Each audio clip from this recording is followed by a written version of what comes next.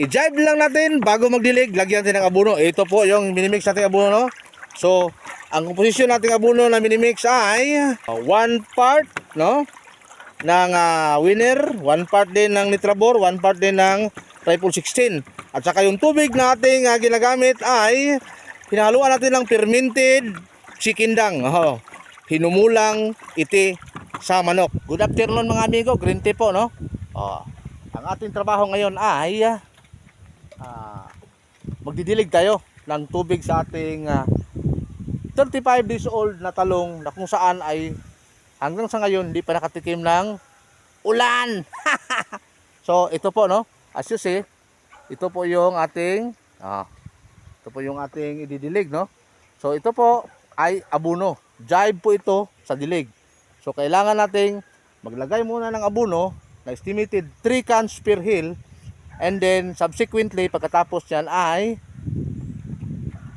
diligan natin ng tubig. So para naman yung tubig na mainom sa ating talong ay may dalang nutrients. So yung ating abono po ay pinaghahalong Unique 16, may Nitrabor at saka winner na.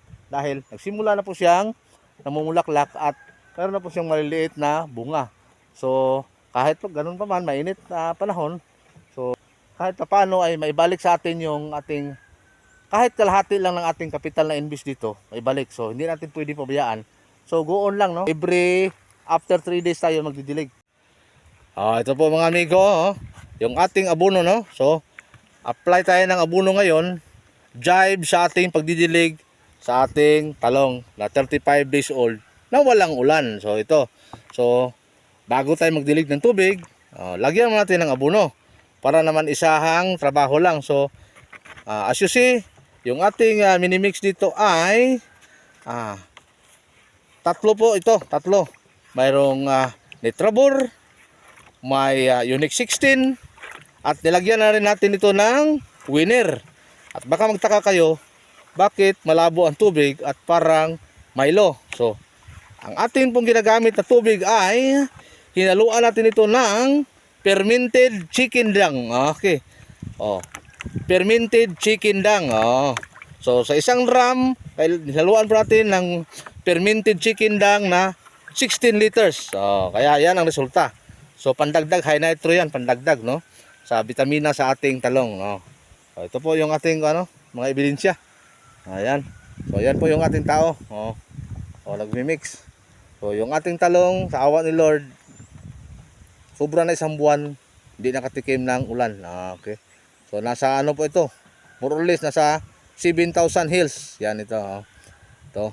Yung ating talong 7,000 hills. Yan, papunta yan doon, yung dulo na hindi makita. At saka sa likod ng ampalayahan na yan, diyan mayroon pa rin talong yan, no. So 80 ka trace ito. So lagyan lang natin na 20 trace yung mortality. Para 6,000 okay na. 10,000 okay na. So ito lang, no. So ito yung ating talong, So inatake talaga pagka mainit. Assume na yan, i-assume na automatic yung white fly. Marami talagang white fly, pero awa ni Lord, malinis yung ating dahon, no. Nakaisang tira pa lang ito ng ating sikretong antidote sa white fly. Muspilan lang, tapos na yan sila. Okay. Dala put ang shoot borer na. Okay. So sa ating mga viewers dyan na bago, pakisubscribe sa ating YouTube channel Green Tea Farm Input, no. Ating YouTube channel Green Tea Farm Input, so para naman maka-impart tayo at libre lang magtanong, no. Sagutin natin, no. Libre magtanong sa mga critical na sitwasyon tulad ng ganito. So mayroon na rin tayong karanasan, no, sa mga ganitong time, no, panahon na kung saan mainit, kung ano mga technique para mabuhay natin ng ganito pa rin, no, sa green yung ating talong, no. So ito lang, no. So kunting tiis lang, no, baka babawi na rin tayo sa next crop natin, no. So ayan, ito yung 35 days old, supposed to be marami na po sana itong sanga, no. So galing sa baba. So pero dito atin ay hindi pa masyado, no, hindi masyadong masanga, hindi siya masyadong masanga dahil sa init, no. So nag-umpisa na po siyang nagkakaroon ng mga bulaklak, buko, no. So sa 35 days old. So okay na lang, di ba? Okay na lang. Thank God pa rin, no? Ayan. So shout out sa ating mga subscribers dyan all over Luzon, Visayas at Mindanao, and then sa abroad, no? Kumusta kayo dyan? Happy New Year 2024. And then patuloy lang paki-share sa ating mga videos, no, para at least meron tayong matulungang mga ibang mga farmers na nagsisimula. Okay.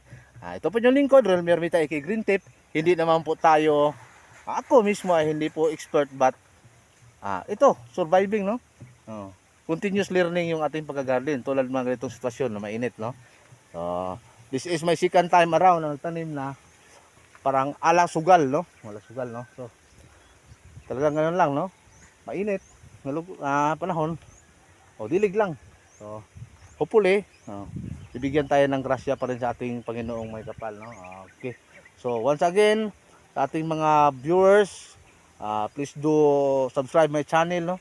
Green Tea Farm Input sa YouTube channel, and follow my Facebook page, no? Green Tea Farm Input pa rin, no?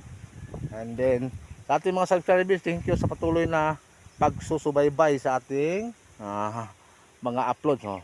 So as you see sa likod ko, yan po yung ating ampalaya, no? So medyo mahaba-haba po yan, pero ano din, dilig pa rin, no? Dilig, no? So ito po, no? Kasalukuyan yung ting tao, dilig para naman may kahit paano ay mai-survive natin yung ating ampalaya at saka talong. Shout out dyan mga class 30-96, no? Servicemen and women sa Armed Forces of the Philippines, at saka sa ating mga membro ng Philippine National Police, BGMP, sa ating fire. Okay, sa lahat, basta lahat ng mga servicemen and women, men and women uniform sa Pilipinas, no?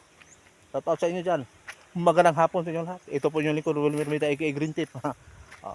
Maghatid naman sa inyo na ang isang mga nice to know na activity sa ating paggugulay. Ayan po, no? So mayroon na pong kunting bunga yan yung ating ampalaya, pero ganoon pa rin, no? Walang ulan talaga, walang init, walang ulan. Walang puro dilig lang, no? So yan po yung pinakadulo. Sa likod niyan, andyan pa rin yung ating talong, mayroon dyan mga 1K siguro. So all in all 80 trays ito. So hopefully makasurvive, makaproduce tayo ng bunga. Okay. So once again sa ating mga subscribers, thank you for continuous patronizing. Ayan. At saka sa ating mga viewers, paki-share, no, sa ating mga videos, and then paki-like, comments din, no. Paki-view naman. Okay. So hanggang dito lang, magandang hapon sa lahat. Bye-bye.